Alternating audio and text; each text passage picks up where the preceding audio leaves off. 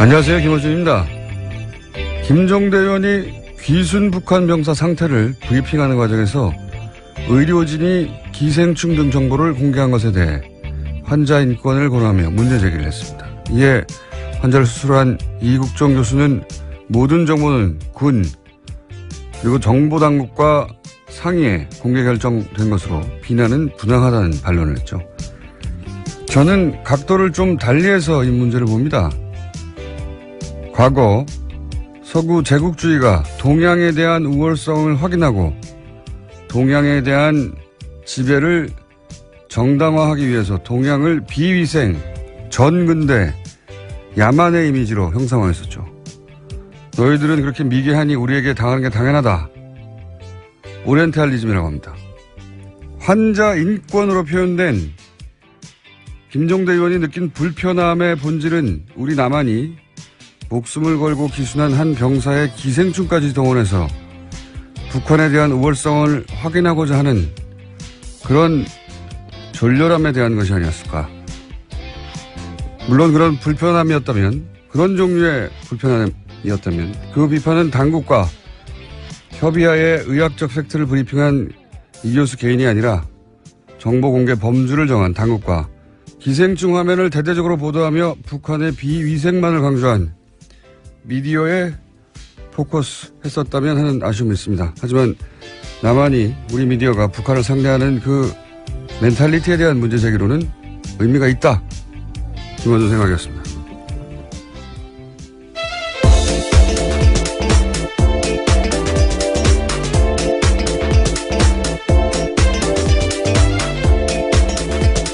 시사인의 김은지입니다. 네. 이게 이렇게까지 큰 논란이 될 줄은. 네, 계속해서 실시간 검색 순위에 있던데요. 여기 잠깐만 하자면, 왜냐하면 굉장히 예리하기 때문에 제가. 시간이 별로 없다고 하셨던 것 같은데요. 네, 이거 하다 끝내면 되죠. 네, 잠깐요. 네. 김종대 의원의 문제 제기가 이게 빛을 발하지 못한 이유는 프레임을 너무 좁게 잡았기 때문에 제가 보기에는 뭐냐면 환자 인권만으로 프레임을 잡았잖아요. 그러니까 의사가 직접 타겟이 되어버리는 건데 이렇게 생각해 보면 만약에 이런 정치적 상황을 완전히 배제하고 의학적으로만 동일한 상황이다. 그러니까 남한의 병사가 그 구역에서 똑같은 총격을 당해가지고 사경을 헤매는데 수술 과정에서 회복을 지연시키는 회충이 발견됐다. 이런 똑같은 상황을 남한 병사로 생각해봐요. 근데 우리 군 당국이나 정보 당국이 자, 회충을 공개합시다. 했을 것인가? 저는 안 했을 거라고 봅니다. 그리고 미디어가 그걸 크게 종편에서 기생충 화면을 집중적으로 띄웠을 것인가? 저는 안 했을 거라고 봅니다.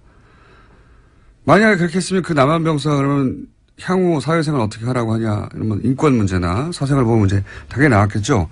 그러니까 그런 측면에서 인권을 이제 얘기한 거예요. 그렇게 생각하면 기생충 화면을 대문짝만하게 보도한 종편이나 보수매체의 졸렬한 의도나 제가 얘기한 그런 멘탈리티 문제가 있다. 그런 차원에서 지적의 의미가 있는데 이게 문제는 뭐냐면 이 사건은 그렇게 단순히 의학적인 케이스가 아니다. 여기에 북핵으로 대처하는 상황에서 기순한 북한 병사. 총격당해서 위독한 북한 병사를 살려내는 남한의 의술. 게다가 평판이 아주 높은 의사. 여기에 이제 남한보다 굉장히 열등하다고 비위생적인 북한을 알리기 좋은 기생충이라는 소재의 등장. 그걸 놓치지 않고 막 화면에 뿌려대는 종편. 보수매체 이런 복합적 요소가 다 중첩되어 있거든요. 근데 그걸 단순히 환자 인권이라는 프레임으로 이걸 다 도파할 수가 없다 도저히. 게다가 그 상대는 평판이 높은 의사인데 대중이 설득이 안 되는 거죠. 프레임을 너무 좁게 잡았다는 건 그런 의미다. 저한테 문의를 하시기 바랍니다. 김종대 의원님은. 자, 첫 번째 뉴스는 뭡니까? 네, 구속된 김관진 전 장관이 풀려났습니다. 어제 법원에서 열린 구속 적부심사에서 석방이 결정된 건데요. 구속 적부심은 피해자가 구속된 이후에 구속의 적법성과 필요성 등을 법원이 다시 판단하는 제도입니다. 댓글 부대 관련 혐의로 구속된 지 11일 만에 그러니까 풀려나게 된 건데요. 관련한 판단을 한 법원 같은 경우에는 위법한 지시 및 공모 여부에 대한 소명의 정도, 변소 내용 등에 비춰볼 때 범죄 성립 여부에 대한 다툼의 여지가 있다라고 판단했습니다. 뿐만 아니라 김관진 전 장관의 주거가 일정하고 도주 우려나 증거인멸의 염려가 없다라고 판단했습니다. 이정열 저희 영장 해설 판사님이 나오실 찬스인데 오늘 수능 예. 학부모신가요? 예, 하필 자녀 수능이라 저는 운전 중입니다. 그래서 그렇다고 우리가 이게 포기할 수 없잖아요. 네, 방송을 듣고 계실 수도 있겠네요. 대타 있습니다. 양지열 변호사라고. 예, 대단히 부족하지만 잠시 후에 요소를 또 해설하기 위해서 대타 양변을 연결할 예정입니다. 이게 소위 이제 적폐 수사에서 제가 알기로는 과거 누구였죠? 김경숙 교수. 예, 김경숙 교수가 이제 질병, 암. 예, 당시 암위기라고 이야기하면서요. 예, 암위기 질병을 이유로 구속 적부심을 요구했고, 그때 이제 안 됐죠. 예, 기각됐습니다. 증거인멸의 우려가 있다면서요. 예. 심지어 같은 재판부였습니다. 형사합의 51부요. 적폐 수사에서, 소위 적폐 수사에서 구속 적부심을 요구한 자체가 처음이에요. 그걸 제외하고. 질병, 암위기라서 한 걸 제외하고, 그냥 법리적으로 다퉈보겠다고 한 자체가 처음이고요. 예. 석방된 것도 당연히 그럼 처음이죠. 저는, 왜냐면 구속영장 자체가 굉장히 어렵게 보수적으로 떨어지고 있었거든요. 그러니까 구속영장까지 떨어졌는데 또 한 번 묻는 이런 사례가 없어요, 사례가. 그래서 저는 이걸 신청한 자체가 될 줄 알았나? 하는 생각이 들 만큼 이례적이고 떨어진 건 더 이례적이죠. 이상합니다. 대통령에게 보고하고 지시 받았다고 직접 얘기했는데 부하들은 또 구속됐거든요. 해설은 다소 부족하겠지만. 에이, 자꾸 부족하다 그러시는 건가요? 영장 실질심사를 안 해본 분이잖아요. 이분은. 네, 양변과 잠시 후에 해보기로 하겠습니다. 다음 뉴스는요? 네, 어제도 박근혜 전 대통령의 세월호 참사 발생 당시에 성형시술 의혹에 대해서 말씀드렸는데요. 또 다른 성형시술 내용에 대해서 SBS가 추가로 보도했습니다. 세월호 실종자 수색이 난항을 겪을 때도 참사 이후 처음 대국민 사과를 발표할 즈음에도 박근혜 전 대통령에 대한 성형시술이 이루어졌다라고 특검이 판단하고 있다라는 겁니다. 시점은 5월 12일과 13일인데요. 비선 의료를 했던 김영재 원장 그리고 또 부인까지도 카드 사용 내역과 휴대전화 위치 기록을 바탕으로 특검이 그렇게 판단했다라고 합니다. 어제는 이제 세월호 사고 이틀 후에 적어도 이틀 후에는 시술을 하는 것이 거의 분명해 보인다는 게 특검의 조사 보고서였는데 그게 공개됐고 저는 개인적으로는 세월호 사고 당일도 위험과 관련된 일정이 있었다라고 보는 것이 그때 일정을 비워두고 있었고 미리. 네, 수요일 날 일정이 없었습니다. 그리고 미용사에게 전날 오지 말라고 통보해 두었고 그렇다면 사전에 예약된 그리고 그로부터 9일 동안 미리 일정이 안 잡혀 있었고 사전 예약된 어떤 미용 관련 일정이 있었을 거라고 강력히 추정하는 바에 있고 지금 추가적으로 나온 것은 이제 그 이후에 거의 한 달여간 수색을 하고 그리고 이제 사실 그 당시만 되돌아가 보면 전 국민이 이제 화면을 지켜보며 혹시 추가 그렇죠. 굉장히 충격받고 슬퍼하고. 그다음에 오늘은 수색을 한다. 유가족들 인터뷰하고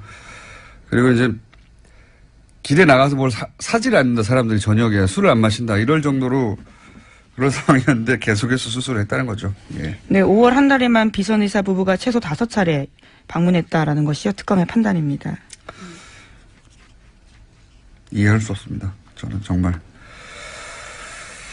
하여튼 그런 게 밝혀지고 있는 와중입니다. 네. 다음 뉴스는요? 네, 세월호 관련된 소식 하나 더 전해드리면요. 지난 17일에 세월호 선체에서 유골이 발견됐습니다. 그런데 해양수산부가 이를 은폐했다라는 건데요. 추가 수색 여론이 형성될 것을 우려해서 일부러 그랬다라는 의혹이 일고 있습니다. 5명의 세월호 미수습자 가족들은 이를 모른 채 지난 18일에 시신 없는 장례식을 치렀는데요. 당시 유골 수습 보고를 받았던 해수부 현장수습본부의 김현태 부본부장이라고 있습니다. 이 같은 사실을 세월의 선처조사위원회에 통보하지 않았다라고 합니다. 그러면서 현장에서요. 자신이 책임질 테니 유골 수습 사실을 누구에게도 알리지 말라라고 지시했다고 합니다. 그러니까 이제 이 미수습 가족들하고 여기서 그칩시다. 여기까지만 합시다라고 다 얘기 돼 있는데 또 유골이 나오니까 그럼 연장하게 될까봐 이 사실을 숨겼다는 거잖아요. 저는 이게 현장의 부본부장 정도가 내릴 수 있는 결정이 아니라고 봅니다. 예. 누가 이 결정을 내리는지 파악을 해야 된다고 생각이 들고요. 본인이 유골이 나왔는데 이제 그만하자라고 결정할 위치에 있는 사람이 저는 아니라고 보거든요. 예. 이게 이제 그래서 겨우 5일 만에 들켰잖아요. 누가 왜 이런 결정을 내리는지 반드시 파악해 봐야 된다고 보고 문재인 대통령도 여기에 대해서 왜 이런 일이 벌어졌냐고 이해할 수 없다고. 그렇게 이야기했죠. 유골이 나오면 계속 수습해 가야 되는 거고 찾아야 되는 거거든요. 이걸 접어야 했던 이유가 뭔지 추가 취재가 반드시 필요한 대목인 것 같습니다. 누가 이런 결정을 내리려고 한 건지. 다음 뉴스는요? 네, 검찰이 추명호 전 국정원 국장이 이명박 정부와 박근혜 정부 때 모두 정치에 관여해서 국정원법을 위반했다라고 판단하고요. 재판에 넘겼습니다. 이와 관련해서 특히 눈에 띄는 게 우병우 전 수석과 관련된 지시인데 추 전 국장이 이석수 전 특별감찰관을 불법 사찰한 것이 우병우 전 수석의 지시로 이뤄졌다라고 결론 내렸다고 합니다. 그러면 이제 우병우 전 수석이 다시 한번 소환되고 다시 한번 구속영장 청구될 개연성이 있네요. 네, 이르면 다음 주 중으로 소환될 가능성이 크다라고 하는데요. 뿐만 아니라 최윤수 전 국정원 2차장 같은 경우에도 혐의 선상에 같이 올랐습니다. 그렇군요. 추명호 소위 이제 최순실 라인 전 국장의 공범으로 적시되고 네, 공소장에 그렇게 쓰여 있다라는 겁니다. 불법 사찰의 지시는 우병우 전 수석으로부터 받았다. 예. 이번에도 빠져나갈까요? 우병우 전 수석이. 그런 뉴스가 있고요. 그 외에 양지열 변호사 연결되어 있기 때문에. 네, 하나만 더 전해드릴까요? 예, 차은택 씨가 어제 1심에서 징역 3년의 실형을 선고받았습니다. 여기에는 중요한 부분이요. 박근혜 전 대통령이 공범으로 명시됐다라는 겁니다. 사실 박근혜 전 대통령은 이제 너무 많은 혐의와 너무 많은 사안에서 공범 혹은 직접 지시기 때문에,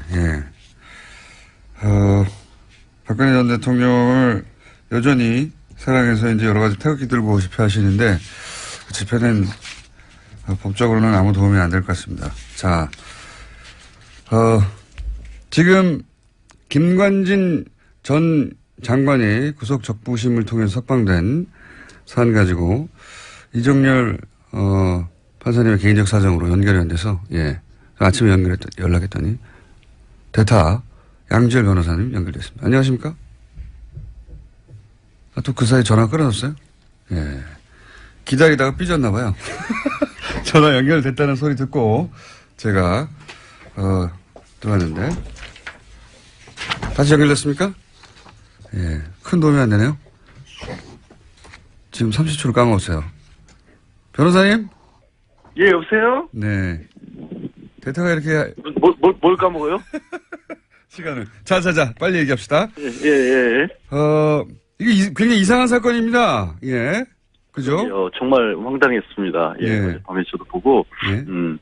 원래 구속적부심이라고 하는 게 변호사들이 요즘에는 청구 자체를 잘 안 하거든요. 그러니까요. 예. 예, 왜냐면 이게 판사들이 싫어해요.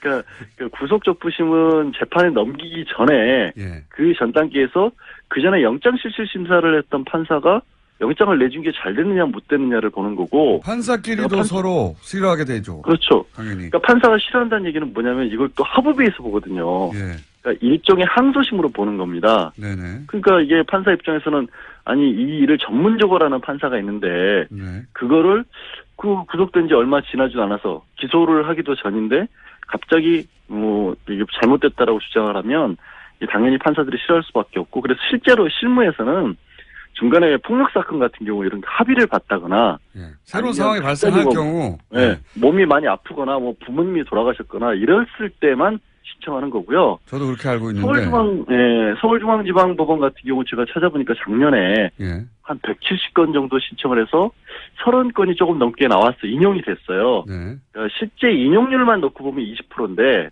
문제는 작년에 서울중앙지방법원에서 처리한 1심 사건이 한 5천 건이 넘어요. 그러니까 전체 사건 대비로 봤었을 때 이렇게까지 나오는 거는 5천 건 중에 33건이니까 몇 퍼센트니까 정말 계산을 미리 하셨어야죠. 예.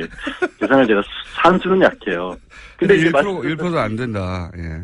그거의 문제는 대부분 그 비율이 말씀드린 것처럼 합의를 받거나 이런 사정 변경이 있었을 때지 아무 사정 변경이 없었고 김관진 전 장관이 갑자기 부모님이 돌아가셨을 리는 없잖아요. 그 연세에. 이게 말하자면 법리 10일 만에 법리 판단을 새로 했다는 거거든요. 아무것도 없는 거, 아무 변경 사항도 없는데. 그렇죠. 갑자기 도주거래나 증거인멸 우려가 없다라고 갑자기 법원이 본 거예요. 이게 보통 이럴 경우 변호사가 해봐야 소용이 없습니다. 라고 하거나. 실제로 소용없다고 하는 정도가 아니라 예. 그러니까 양형사유에서 나중에 법원에 이른바 괘씸죄에 걸릴 수 있으니까 예. 하지 말라고 합니다. 게다가 알려요. 그래서 이 적폐 관련 수사 작년부터 시작해서 저 김경수 교수가 질병 이를 이유로 그렇죠. 한번 청구한 이후로는 처음이에요. 처음. 고영태 씨는 체포적부심사를 청구를 했다가 기각됐어요. 예, 그건 다른 이야기고 구속적부심. 예, 하여튼 그러니까 구속적부심에 체포 구속적부심을 넓게 크게 하나 더 보니까 그 두 건밖에 없는데 기각됐고 또 이 사건은 그러니까 그때는 암이었을 때도 기각됐거든요. 그렇죠. 뭐 기억하시겠지만 갑자기 이렇게 다 지우고 모자 쓰고 나타났잖아요. 구속도 없애고 이런 상황에서. 그러니까 정말로 애초에 날 구속시키면 안 된다라는 걸 강력하게 보여줬는데도 구속시켰고 이후에 또 진단서까지 첨부를 해서 정말 심각한 상태라고 했는데 결국에 안 풀어졌거든요. 그러니까 구속이라고 하는 것 자체가 2008년 이후에 급속도로 줄어들었어요. 그러니까 구속이 줄어드니까 구속에 대해서 적부심사 청구하는 일은 정말로 줄어든 거죠. 인용도 잘 안 되고. 적폐 수사 관련해서는 아무도 신청을 안 했다니까요. 질병위에. 아니 안 할 수밖에 없는 게 밑에 지금 김관진 전 장관 같은 경우에는 그때 국방부 장관 했을 때 부하직원은 실형까지 받았거든요. 벌써. 그거를 그리고 내가 지휘를 했노라는 걸 본인이 인정을 한 상황인데. 대통령이 그래서 그래서 그 위에 이제 지금 얘기한 것처럼 이명박 전 대통령이 지시를 받고 있다는 얘기까지 했기 때문에 그러면 상식적으로 이명박 전 대통령 수사와도 직결되는 문제인데 그거를 갑자기 아무 특별한 사정 변경도 없이 구속 사유가 없어졌다고 보는 건 정말 이해하기 어렵죠. 저는 지금까지 쭉 이야기한 대로 청구 자체가 이상하고 그래서 이거 이미 신청할 때 인용될 줄 알았나? 이렇게 생각이 들 만큼 이상한 일이다. 저는 바보 됐어요. 절대 그럴 일 없다고. 기자분들이 여러 번 전화를 했었는데 절대 그럴 일 없다고. 그러니까요. 왜 하는지 모르겠다고. 저도 그렇게 알고 있었는데 더 깊이는 양 변호사님께서 대답할 수준이 안 되기 때문에. 아니 새벽에 지금 전화 걸어서 뭐 하는 짓입니까 이게. 판사를 안 해보셨기 때문에 기본적인 사항은 충분히 저희가 이해했습니다. 저도 그렇게 생각하고요. 예. 네. 알겠습니다. 예, 대타 고생하셨고요. 스튜디오에서 꼭 뵙겠습니다. 감사합니다. 예, 고맙습니다. 자, 오늘은 위가 많습니다. 빠르게 이어가지고 또 짧게, 그것마저 알려주면 리얼미터 권순정 조사 분석실장 나오셨습니다. 안녕하십니까. 네. 빨리빨리 가죠? 네네. 숫자 딱딱딱. 네, 대통령 지지율이, 다시 올랐습니다. 1.5%포인트 오른 73.1%고요. 부정평가는 22.3%입니다. 60대 이상 TK 보수층에서 상당히 많이 올랐어요. 60대 이상 TK 같은 경우는 50%대였는데 60%대 올랐고요. 보수층 같은 경우는 이제 북핵 이후에 상당히 많이 빠지면서 부정평가하고 긍정평가가 많이 떨어졌는데 지금 초박빙으로 좁혀졌습니다. 그래서 전반적으로 봤을 때 지난 한 주 지나면서 구여권 지지층이 재결집 조짐을 보이고 있다. 그렇게 봐야 될 것 같습니다. 일간으로 봐도 71.5, 73.3, 72.8 이렇게 올 하수 이렇게 변했습니다.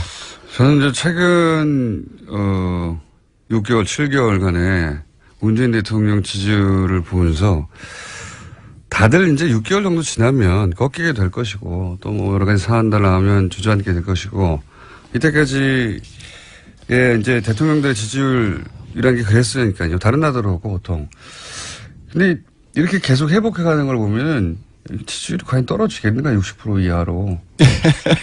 그런 생각이 들 정도로 굉장히 고탄력입니다. 사실상 모든 정부에서 이렇게 하방 경직성, 상승 경직성이 있으면 계속 떨어지기 마련이거든요. 그 라인을 봐도 이전 정부도 계속 그래 왔습니다. 아니면 전 세계적으로 그렇잖아요. 그렇죠. 예. 지나면 지날수록 사실 피로감도 생기고. 네네.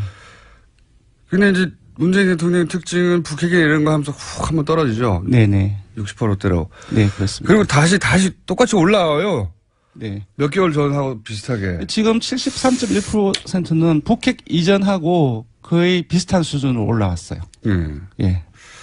신기한 지지율 상황이고요. 어쨌든 돌아왔고요. 예. 네네. 정당으로 넘어가면 이번 주 주목할 것은 국민의당이 최저 지지율을 경신했습니다. 자유한국당이 계속 조금씩 상승하다가 18, 9%까지 올랐거든요.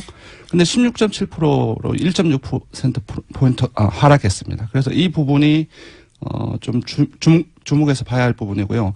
민주당 같은 경우는 0.5%포인트 상승해서 51.8%, 여전히 2주째 상승세입니다. 역시 대통령처럼 60대 이상에서 상당히 많이 올라가지고 계속 이전에는 한국당이 뒤졌거든요. 근데 뒤집었습니다.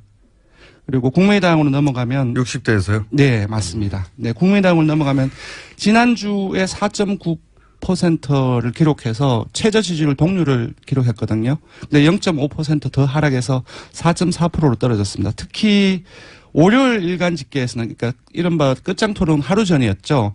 3.8%로 떨어져서 창당 이후 일간 집계로 3%대로 떨어진 건 처음입니다. 3%대는 보통 잘못 누른 거거든요. 근데 이제 일간 지지율에, 이거는 얘기를 하면 안 되겠네요. 500명 지지율 온체들을 따로 보는데 그보다 더 떨어졌습니다. 정의당. 지지율이 아예 안 나온다고 거의. 왜냐면 이게 독도는 일본 땅입니까? 한국 땅입니까? 일본 땅이 좀 울었을 때 일본 땅이라고 잘못 누르는 비율이 이 정도 좀. 예, 이 조사가 1,500명 조사에서 오차 범위가 2.5%포인트거든요. 플러스 마이너스. 이제 지금 이걸 보면은 오차 범위 아닌 거죠. 그러니까 무작위 잘못 변동이라고 볼 수도 있는데 그렇지는 않겠죠. 네. 국민의당 조사 정확합니다. 심각하게 받아들여야 되는 상황이다. 예, 정의당은 오늘 정의당 얘기를 좀 해야 될 것 같은데 19대 대선 이후에 가장 높은 7%포인트에 근접했습니다. 3위로 뛰어올랐고요. 한 주 동안 1.9%포인트 상승해서 6.9%를 기록했습니다. 자유한국당이 왜 이렇게 하락했죠? 지금 대통령과 민주당의 상승 요인하고 같이 결부해서 봐야 될 것 같습니다. 국민들께서는 국가기관인 국가정보원에서 그 돈을 상납이나 수수하고 그것도 사적 유용을 썼다는 것이 상당히 크게 분노를 하고 있는 것 같고요. 그거는 이제 중도층, 진보층뿐만 아니라 9월 북핵으로 떨어졌던 보수층이나 TK 아주 전통적인 야권 지지층에서도 뭐랄까 상당히 많은 문제의식을 느끼고 있지 않나. 이것이 또 계속 확대 생산되고 있지 않습니까? 이 부분이 가장 큰 것 같습니다. 자유한국당에서는 이제 11명이 새로 합류한 것에 대해서 굉장히 의무부여를 많이 했는데 그 효과가 생각보다 크진 않고 바른정당이 빠져나간 것도 바른정당이 미치는 타격 정도가 생각보다 크지 않고 그러네요. 네, 바른정당은 지금 빼먹었는데 0.1%포인트 하락해서 5.6% 횡보했습니다. 근데 여기서 자세히 봐야 될 것은 TK에서 19대 대선 이후에 한국당에 거의 3분의 1 또는 4분의 1 수준까지 밀렸거든요. 처음으로 TK에서 절반 이상으로 한국당 지지율 절반 이상으로 넘어섰습니다. 오히려 TK에서 바른정당의 지지율이 올라가고 있다. 맞습니다. 네. 언더독 효과인 것 같기도 불쌍하잖아요. 네.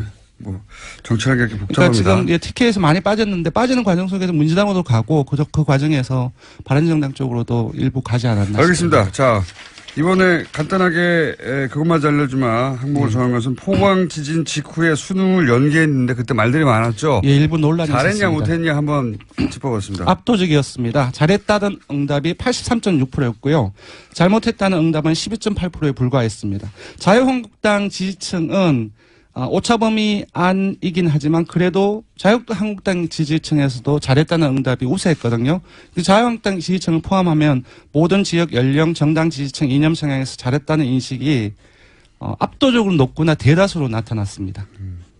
자유한국당 지지층에서는 48.8% 대 42.4%로 잘했다는 응답이 더 많았습니다. 자유한국당 지지자들은 문재인 대통령이 뭘 해도 미워서 그래요. 예. 밉잖아요. 근데 이제 80대 이상은 80% 이상, 보수층도 60% 이상이 그 잘했다는 응답을 하고 있습니다. 예. 그렇군요. 60대 이상에서도 81대 13인데 네. 자유한국당 지지자들 입장에서는 네. 거의 비슷하군요. 예. 네, 그렇습니다. 왜냐하면 60대 이상이 조금 더 넓지 않습니까? 자유한국당 지지층에 비해서. 네. 아니, 이건 뭐 자연스러운 것 같아요. 네, 원래 그렇습니다. 내가 미워하면 뭘 결정해도 미운 법이니까요. 네. 자, 조사 개요 불러드리겠습니다. 예, 이번 주중 조사는 TBS 의뢰로 이번 주 월요일부터 수요일까지 전국 19세 이상 성인 1,515명을 대상으로 했고요. 유무선 전화면접 자동응답 방식으로 실시했고 표본 오차는 95% 실수 중 플러스 마이너스 2.5%포인트였습니다. 응답률은 5.7%였고요. 현안 조사는 TBS 뉴스공장 의뢰로 어제 하루 동안 실시했습니다. 성인 511명을 대상으로 실시했고 표본 오차는 플러스 마이너스 4.3%포인트였습니다. 네. 김은지 기자가 계속 타이를 못 찾아가지고 앉아 있었어요. 네, 조기 퇴근을 할 줄 알았는데 의외로 타이밍을 놓쳤네요. 사인의 김은지였습니다. 감사합니다.